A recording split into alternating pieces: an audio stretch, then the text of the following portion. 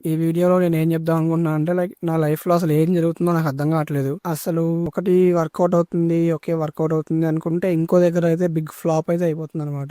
So, అసలు ఎక్కడ start అయింది మొత్తం అంటే 2024లో స్టార్ట్ అయిందనమాట ఇదంతా. 2024లో నేనైతే జర్మనీ అయితే ఎళ్ళాను. ఒక 6 మంత్స్ అయితే జర్మనీలో ఉన్నాను. సో, అక్కడ 6 మంత్స్ జర్మనీలో ఉండడం వల్ల నేను అక్కడ నేర్చుకుంది ఏముందో లేదో గానీ ఒక్కటైతే నేర్చుకున్నాను.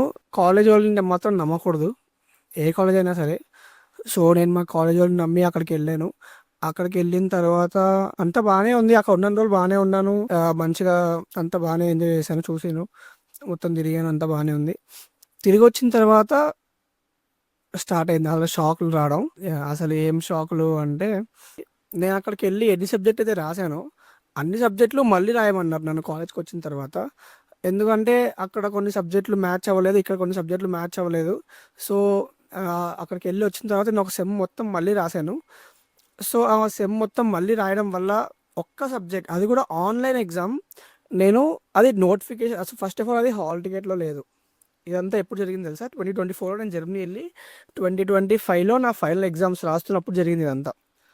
సో, 2025లో నేను ఫైనల్ ఎగ్జామ్స్ రాస్తున్నాను. లైక్ ఏప్రిల్ ఆ టైంలో, మార్చ్ ఆ టైంలో ఎగ్జామ్స్ రాస్తున్న టైంలో నేను ఫస్ట్ ఆఫ్ ఆల్ హాల్ టికెట్‌లో ఆ ఇంగ్లీష్ ఎగ్జామ్ మెన్షన్ చేయలేదు. ఆ ఇంగ్లీష్ ఎగ్జామ్ ఏందంటే సీడీసీ అని చెప్పి మా ఒక డిపార్ట్మెంట్ ఉంటది మా కాలేజ్‌లో కెరియర్ డెవలప్‌మెంట్ సెల్ అని. సో, ఆ కెరియర్ డెవలప్‌మెంట్ సెల్ వాళ్ళ ఎగ్జామ్ ఆ రోజు కండక్ట్ చేస్తున్నారని చెప్పి ఎలాంటి నోటిఫికేషన్ లేదు. నేనప్పుడు మా తాతయ్యకి ఒంట్లో బాలేదని చెప్పి నేను హైదరాబాద్ వచ్చాను. కాలేజ్‌లో అక్కడ లేకుండా హైదరాబాద్ వచ్చాను. ఇంకా హైదరాబాద్ వచ్చిన నెక్స్ట్ డే ఏమో నైట్ 9:30కి ఆ టైంలో వచ్చింది మెయిల్. ఎప్పుడు మార్నింగ్ 10:30కి ఎగ్జామ్ అని. సో, నేను మెయిల్ చెక్ చేసుకోలేదు. ఆ ఎగ్జామ్ ఇంకా రాయలేదు. మిస్ అయిపోయింది. దాని తర్వాత ఏమైంది? ఆ ఎగ్జామ్ రాయలేదు. తర్వాత మళ్ళీ మిగతావన్నీ కంప్లీట్ చేసుకున్నాను. ఆ ఎగ్జామ్ వల్ల నాది ఓడీ ఆగిపోయింది. సో, నేను మళ్ళీ కాలేజ్‌కెళ్ళాను. ఆ ఎగ్జామ్ గురించి మొత్తం డీటెయిల్స్ కనుక్కున్నాను. ఆ ఎగ్జామ్ మళ్ళీ సెప్టెంబర్‌లో పెట్టారు. సెప్టెంబర్‌లో పెట్టారు. ఎప్పుడు లాస్ట్ 2025 సెప్టెంబర్‌లో పెట్టారు. నాది ఎప్పుడైపోయింది కాలేజ్ నాది మార్చ్‌లో కాలేజ్ అయిపోయింది. సరే సెప్టెంబర్‌లో పెట్టారు ఎగ్జామ్. నేను సెప్టెంబర్‌లో పెట్టిన ఎగ్జామ్ నార్మల్‌గా ఏమనుకుంటాను నేనైతే 1 మంత్‌లో రిజల్ట్స్ వస్తాయేమో అని ఎక్స్‌పెక్ట్ చేశాను. 1 మంత్ అయిపోయింది. 2 మంత్స్ అయిపోయింది. 2 ½ మంత్స్ అయిపోయింది. అయినా రిజల్ట్స్ రావట్లేదు. రిజల్ట్స్ రాకపోయేసరికి నేను ఇంకా కాలేజ్ వాళ్ళకి కొంచెం కాల్స్ చేయడం స్టార్ట్ చేశాను. ఏమైంది రిజల్ట్స్ రావట్లేదు. ఎందుకు ఇంత డిలే అవుతుంది అని చెప్పి అడగడం స్టార్ట్ చేశాను కాలేజ్ వాళ్ళకి. అయితే కాలేజ్ వాళ్ళు ఏమిచ్చారంటే లైక్ మొత్తం ఎగ్జామ్స్ అన్నీ కంప్లీట్ అవ్వాలి. ఇదొక్కటే కాదు కదా ఎగ్జామ్. లైక్ అన్నీ కంప్లీట్ అయిన తర్వాతనే రిజల్ట్స్ వస్తాయని చెప్పారు. నాకేమో దీనివల్ల టైం వేస్ట్ అయిపోతుంది. ఆహ్, ఇంకా ఇయర్ వేస్ట్ అయిపోతా ఉంది. మొత్తం అంటే ఇంకా నేనేం పని చేయట్లేదు. ఇంట్లోనే కూర్చున్నాను. సో, నా ప్లాన్ ఏంటంటే మాస్టర్స్‌కెళ్ళాలి. మాస్టర్స్‌కెళ్ళి నా స్టడీస్ కంప్లీట్ చేసుకొని నాకొక ప్రాజెక్ట్ ఉంది. ఆ ప్రాజెక్ట్ చేసుకోవాలని నా నా ప్లాను. సో, ఆ ప్లాన్ మొత్తం డిస్టర్బ్ అయిపోతుంది. సరే సెప్టెంబర్‌లో ఇంటేక్ అయిపోయినా నేను సమ్మర్ ఇంటేక్‌కి ట్రై చేద్దాం అనుకోని సరే సెప్టెంబర్‌లో, నవంబర్‌లో కాలేజ్‌కెళ్ళాను. కాలేజ్ వాళ్ళతో కొంచెం మాట్లాడి ఇంకొక మేడం లైక్ మా కాలేజ్ హెడ్ వాళ్ళతో మాట్లాడి కాలేజ్ వాళ్ళతో మాట్లాడి నా నా సర్టిఫికేట్ అయితే తీసుకున్నాను. సో, నవంబర్, డిసెంబర్ ఆ టైంలో సర్టిఫికేట్స్ తీసుకున్నాను. జనవరిలో నా ప్రాసెస్ అయితే స్టార్ట్ చేశాను. లైక్ మాస్టర్స్‌కెళ్ళడానికి జర్మనీ వెళ్దామని అయితే ప్లాన్ చేసుకున్నాను నేను. సో, ఫస్ట్ ఆ సర్టిఫికేట్స్ రావడానికే అంత లేట్ అయింది. సరే సర్టిఫికేట్స్ వచ్చేసినాయి చేతిలో ఇంకేం అవసరం లేదు. అంతా బానే ఉందనుకున్నాం. ప్రాసెస్ స్టార్ట్ చేసినాం. ప్రాసెస్ అవుతా ఉంది. ఐఎల్స్ దగ్గర లైక్ నాకు మళ్ళీ 6 బ్యాండే రావడం అంటే ఎంత ట్రై చేసినా నాకు 6.5 రాలేదు. సో, 6 రావడం తర్వాత నేను మళ్ళీ డూలింగో రాయడం. డూలింగోలో లైక్ వచ్చినాయి. డూలింగోలో మంచి మార్క్స్ వచ్చినాయి. తర్వాత మళ్ళీ లోన్ దగ్గర మళ్ళీ ఒక 1 ½ మంత్ ఏమో ఆగిపోయింది. తర్వాత అంతా అయిపోయింది. ఇప్పుడు నేను వీసా అప్లై చేసేసుకున్నాను. నార్మల్‌గా ఇప్పటిదాకా నాకన్నా ముందెళ్లారు కొంతమంది నాకు తెలిసినోళ్ళు. వాళ్ళకి 15 డేస్‌లో వచ్చేసినాయి వీసాలు. వాళ్ళది పబ్లిక్ కాలేజ్ అనమాట. సో, వాళ్ళకి 15 డేస్‌లో వచ్చేసినాయి వీసాలు. సరే నేను అదే ఎక్స్‌పెక్ట్ చేసుకొని మార్చ్ 4థ్‌కైతే నేను వీఎఫ్ఎస్‌కైతే ఎళ్ళాను చెన్నైలో.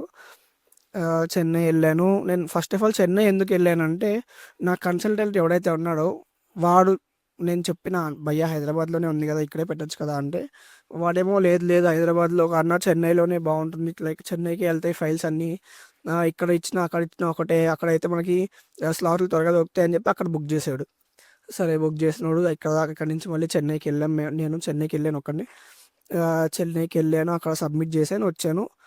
ఇంకా వచ్చిన 2, 3 డేస్ తర్వాత టికెట్స్ బుక్ జేసుకున్నాను. ఏ ఏ వన్ ఎట్లా లైక్ 4థ్‌కి ఇచ్చాను కదా! 10-15 డేస్ అయినా సరే 20 లోపు వచ్చేసిద్ది పాస్‌పోర్ట్ నాది. 25థ్‌కి మళ్ళా బుక్ చేసుకుందాం అని చెప్పి 25థ్‌కి బుక్ చేసుకున్నాను టికెట్లు నేను జర్మనీకి. టైం అవుతా ఉంది. దగ్గరకొస్తా ఉంది. అసల పా వీసా అవ్వలేదు. పాస్‌పోర్ట్ చేతికి రాలేదు ఇంకా. 23rd రోజు నాకు ఒక మెసేజ్ వస్తది మా అమ్మ నుంచి. ఏమనంటే లైక్ ఫ్లైట్ అనేది ఆహ్, షిఫ్టింగ్ లైక్ రీషెడ్యూలింగ్ అవుతుంది ఫ్లైట్. సో, క్యాన్సిల్ చేసేస్తున్నాం అని చెప్పి క్యాన్సిల్ చేసేసింది మా అమ్మ 25th రోజు ఫ్లైట్‌ది. సరే 25th అయిపోయింది. మళ్ళీ నేను అనుకున్న లాస్ట్ టైమ్ నేను వెళ్ళినప్పుడు కరెక్ట్‌గా 1 మంత్‌కి వచ్చింది నాకు. నేను అప్పుడు సెకండ్‌కి సబ్మిట్ చేస్తే నెక్స్ట్ మంత్ సెకండ్‌కి నా చేతిలో ఉంది. సో, నేను అది ఎక్స్‌పెక్ట్ చేసి సరే 4థ్‌కి వెళ్ళాను కదా! మళ్ళీ 4థ్‌కి నా చేతిలో వచ్చిద్దేమో అనుకోని ఆహ్, ఇచ్చాను గానీ 4థ్‌కి కూడా రాలేదు. 5థ్‌కి రాలేదు. 10థ్‌కి రాలేదు. 15థ్‌కి రాలేదు. ఈరోజు డేట్ వచ్చేసి 29th of April almost 2 months అయితే అయిపోతుంది. సో, నా పాస్‌పోర్ట్ అయితే ఇంకా చేతికి రాలేదు. నా డెడ్‌లైన్ వచ్చేసి మే 8 అనమాట. సో, నేను మే 8 రోజు కాలేజ్‌లో లేకపోతే నేను మళ్ళీ సెప్టెంబర్ దాకా వెయిట్ జేయాలి. సో, ఇదే నాకు చాలా భయమేస్తుంది. ఏమవుద్ది? ఏంటి? అని ఇంకా దేవుడి మీదనే హోప్స్ వదిలేసుకున్నా నేను. ఇంకా ఆయన ఏం జేయాలనుకుంటే అదే జేస్తాడు. ఆహ్, ఇంకా నేను ఈరోజు పొద్దున్నే యాస్ట్రాలజీ చూసుకున్నా సీరియస్‌గా అలా నేను ఇన్ని రోజుల్లో ఎప్పుడు చూసుకోలేదు యాస్ట్రాలజీ. ఈరోజు పొద్దున్న చూసుకున్నా నేను యాస్ట్రాలజీ. యాస్ట్రాలజీ పొద్దున్న చూసుకుంటే ఏముందంటే లైక్ ప్లాన్స్ అనేవి ఎటన్నా లాంగ్ ట్రిప్ వెళ్ళే ప్లాన్స్ అనేవి లైక్లీ మైట్ క్యాన్సిల్ అని చెప్పి అందులో ఉంది. సో, నేను అది పెడతా ఖచ్చితంగా పెడతానది నేను. పొద్దున్న నేను చూసింది. ఈరోజే చూసాను మళ్ళీ 29th ఈ రోజుదే అది గూడా యాస్ట్రాలజీ. ఈరోజు ఏం జరగబోతుందని. So, your plans might likely cancel. Long trip plans might likely cancel అనేది ఉంది. So, long trip plans mightly cancel అంటే నేను ఇందాక అంటే అది చూడక ముందు చూసిన తర్వాతనో నా ఫ్రెండ్ ఒకడు ఫోన్ చేస్తాడు. వాడు ఈరోజు వెళ్ళిపోతున్నాడు జర్మనీ వెళ్తున్నాడు ఈరోజు. సో, నేను అంటే వాడి దగ్గరికెళ్ళడానికి నాకు 1 అవర్ పడతది. లైక్ 1 అవర్ వాని దగ్గరికెళ్ళాలి నేను. So, likely long trip my cancel అంటే 1 అవర్ జర్నీ ఎళ్ళాలి. మళ్ళీ 1 అవర్ జర్నీ రావాలి. ఇది లేదంటే అది అనేది నాకు అర్థం కావట్లేదు. సో, ఫుల్లీ కన్‌ఫ్యూజన్‌లో ఉన్నాను నేనైతే. చూద్దాం ఏమవుద్దో. హోప్‌ఫుల్లీ మే 3 లోపు వచ్చిందంటే వచ్చింది. లేదంటే 4థ్ హాలిడే, 5థ్, 6థ్ సాటర్‌డే, సండే. మళ్ళీ 7థ్ రోజొచ్చినా వేస్టే కాలేజ్‌కి ఎళ్ళలేను. ఇన్‌టేక్ ఫెయిల్ అయిపోద్ది నాది. సో, చూద్దాం ఏమవుద్దో. హోప్‌ఫుల్లీ ఈ 2, 3 డేస్‌లో రావాలనైతే నేను చాలా కోరుకుంటున్నాను. అండ్ థాంక్ యూ ఇక్కడి దాకా వీడియో చూసినట్లయితే నా జర్నీ లైక్ ఎట్లా నడుస్తుంది అనే మీకు నచ్చిందనుకుంటున్నాను. ఒకవేళ నచ్చినా, నచ్చకపోయినా కొంచెం సపోర్ట్ అయితే చూపించండి. ఒక లైక్, ఒక షేర్ షేర్ అవసరం లేదులే. ఒక లైక్ చేయండి, సబ్స్క్రైబ్ చేసుకోండి, కామెంట్ చేయండి. మీలో ఎప్పుడన్నా ఇలా అనుకున్నట్టు జరిగిందా? లేదంటే జరుగుతున్నట్టే మొత్తం అంతా మారిపోతుందా అని ఖచ్చితంగా కామెంట్ చేయండి. And thank you so much. Have a good day.